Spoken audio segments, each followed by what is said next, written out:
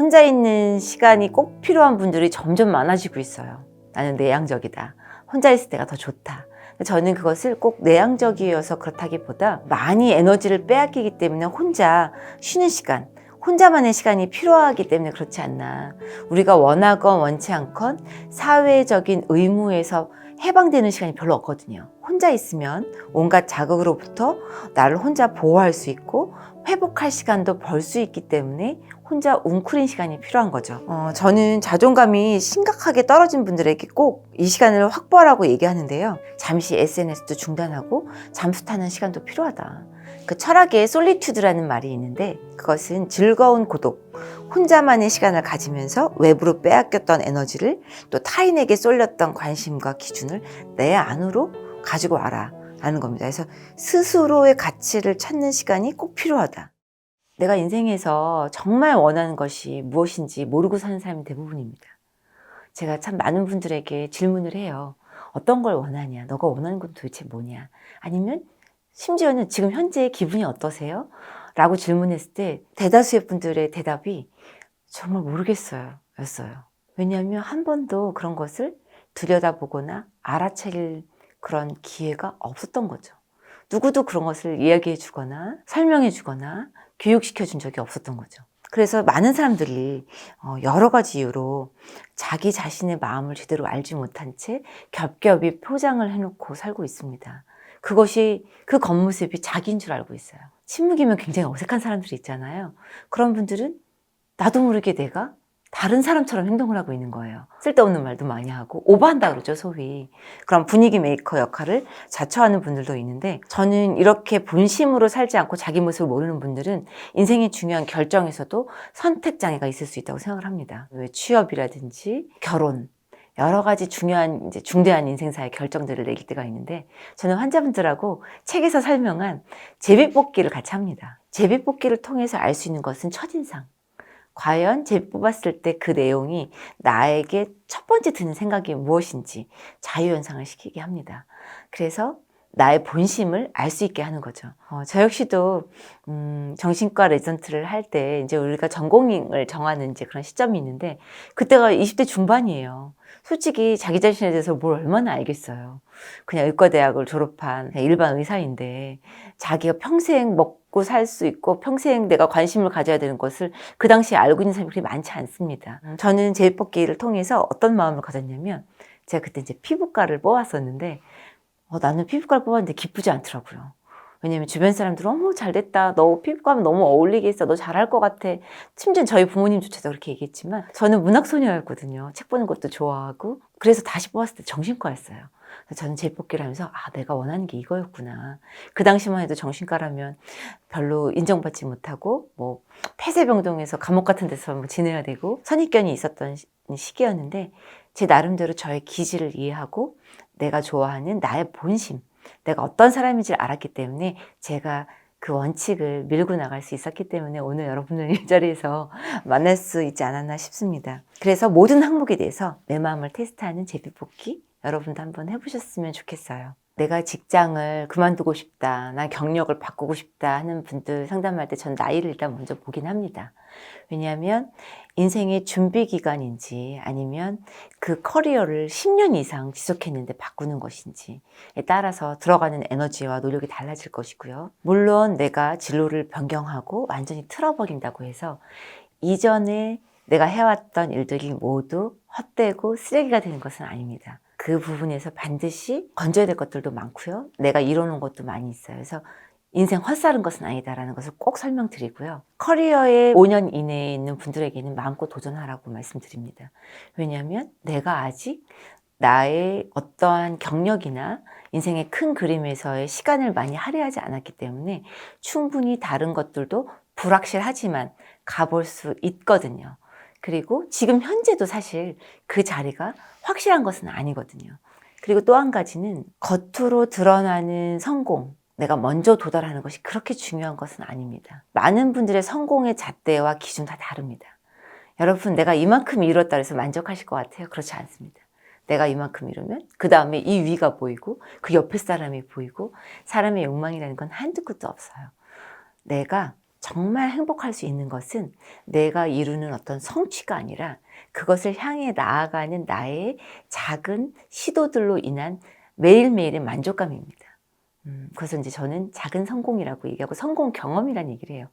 예를 들어서 내가 오늘 스케줄을 이렇게 정했고, 심지어는 내가 오늘 다이어트를 한다고 그랬는데 아침, 점심, 저녁에 무엇을 먹을 거야 라고 계획을 세웠다고 생각해 보세요. 그러면 거대한 계획의 성공은 내가 10kg를 감량하는 거지만 10kg가 감량하지 못했다고 해서 그 인생이 실패한 것이 아니라 내가 오늘 건강한 식단으로 바꾸고 매일매일의 작은 식단의 변화들을 가져왔을 때 나에게 만족감이 있고 오히려 그런 다이어트들이 오래 지속될 수 있는 거거든요. 내가 평생 원하는 일을 내가 시도해봤고 그 부분을 매일매일 계획을 세워서 해나가는 그런 작은 성공의 경험들이 여러분을 굉장히 풍요롭게 만들고 나에 대해서 가치를 스스로 외부에서 인정하는 것이 아니라 뿌듯하게 만들어주는 거죠. 그러나 꼭 주의해야 될 부분이 있습니다. 뭐냐면 도피성이 돼서는 안 된다는 거예요. 내가 이것을 부딪혔는데 너무 하기 싫어서 또는 어떤 너무 미운 사람이 그 공동체에 있어서 그 단체에는 내가 보기에 비전이 없어 보여서 이러한 어떤 도피성으로 내 진로를 틀지 마시고 내 안에서 정말 원하는 것이 무엇인지를 귀 기울 시간을 항상 확보하고 그것에 대한 믿음을 가지고 쭉 이어나가는 것이 필요하다고 봅니다. 그 혼자 웅크린 시간을 가져야 되는 이유는 그 외부의 기준에서 좀 벗어나서 내 안의 내적 기준을 살펴보기 위한 겁니다, 사실. 혼자 있는 시간이 꼭 필요한 분들이 점점 많아지고 있어요. 나는 내향적이다. 혼자 있을 때가 더 좋다. 저는 그것을 꼭 내향적이어서 그렇다기보다 많이 에너지를 빼앗기기 때문에 혼자 쉬는 시간, 혼자만의 시간이 필요하기 때문에 그렇지 않나. 우리가 원하건 원치 않건 사회적인 의무에서 해방되는 시간이 별로 없거든요. 혼자 있으면 온갖 자극으로부터 나를 혼자 보호할 수 있고 회복할 시간도 벌 수 있기 때문에 혼자 웅크린 시간이 필요한 거죠. 저는 자존감이 심각하게 떨어진 분들에게 꼭 이 시간을 확보하라고 얘기하는데요. 잠시 SNS도 중단하고 잠수 타는 시간도 필요하다. 그렇지만 그 시간이 너무 길어지지는 않게 해라.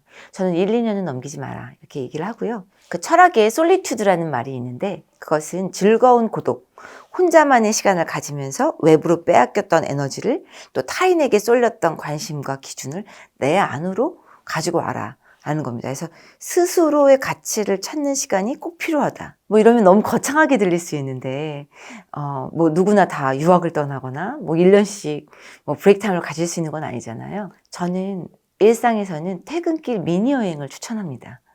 환자분들에게도 많이 권하고 있는데요.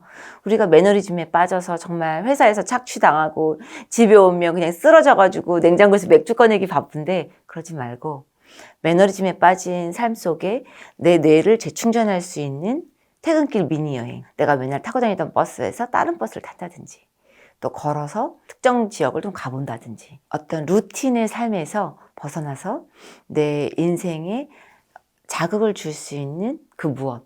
그것이 대단한 게 아니어도 좋아요. 저는 제3의 공간이라고 얘기하는데 회사를 가거나 집을 가거나 하는 그 공간 말고 나를 충전할 수 있는 제3의 공간, 서드 스페이스라고 이제 용어가 있죠. 한강 고수부지가 될 수도 있고 또 잠시 뭐 강아지와 산책이 될 수도 있고 그렇게 루틴한 매너리즘에서 벗어나서 내 뇌에 새로운 자극을 줘라. 소위 말해서 뭐 일탈을 해봐라 라는 거죠. 또는 아주 바쁘게 사신 분들에게는 저는 블록데이를 가져라 라고 얘기합니다. 숨을 고를 시간이 필요하다는 거죠. 이날은 내가 어떤 의무도 없는 날.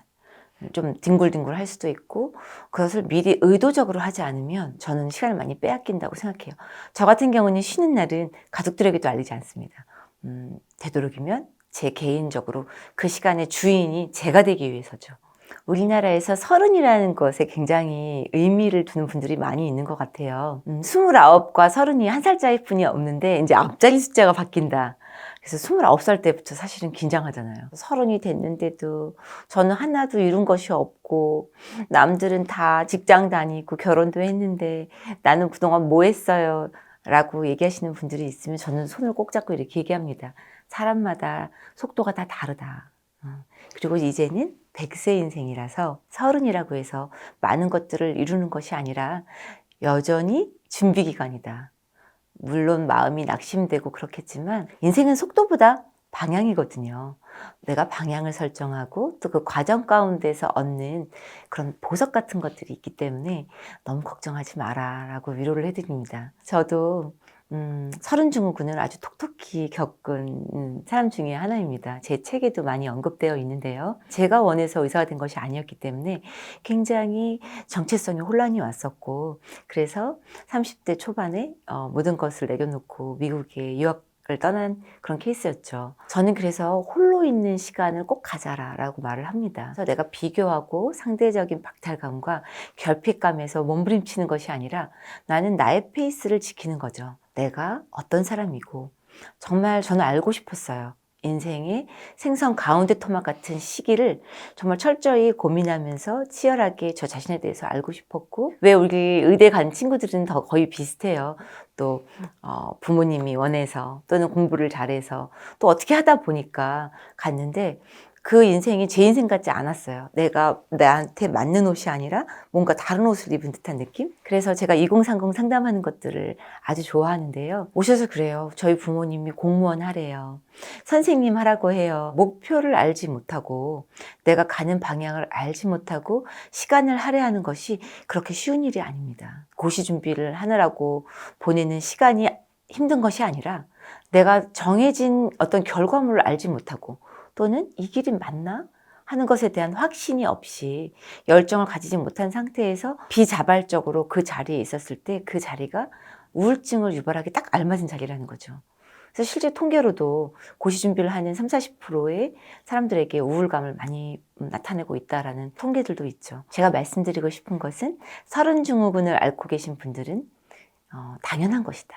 그리고 그 기간이 어떤 성공을 향해서 달리는 그 기간이기도 하지만 잠시 쉬어서 조용히 혼자 웅크린 시간을 좀 가져보면 어떻겠느냐. 진짜 뼈를 깎는 어떤 그런 외로움과 또 불명확한 인생 삶에 대한 어떤 그것을 이제 깊게 깨닫게 되는데요. 존재 자체를 흔들리지 마시고 그 시간이 내가 아이덴티티를 정립하는 시간, 내가 어떤 사람이고 또 무엇을 잘하는지, 뭘 할 때 기쁜지를 외부의 환경의 영향, 부모의 말이나 주변 친구들의 권유나 이런 거 다 없이 한번 생각해 보면 어떨까. 그런 기간이 굉장히 소중하거든요.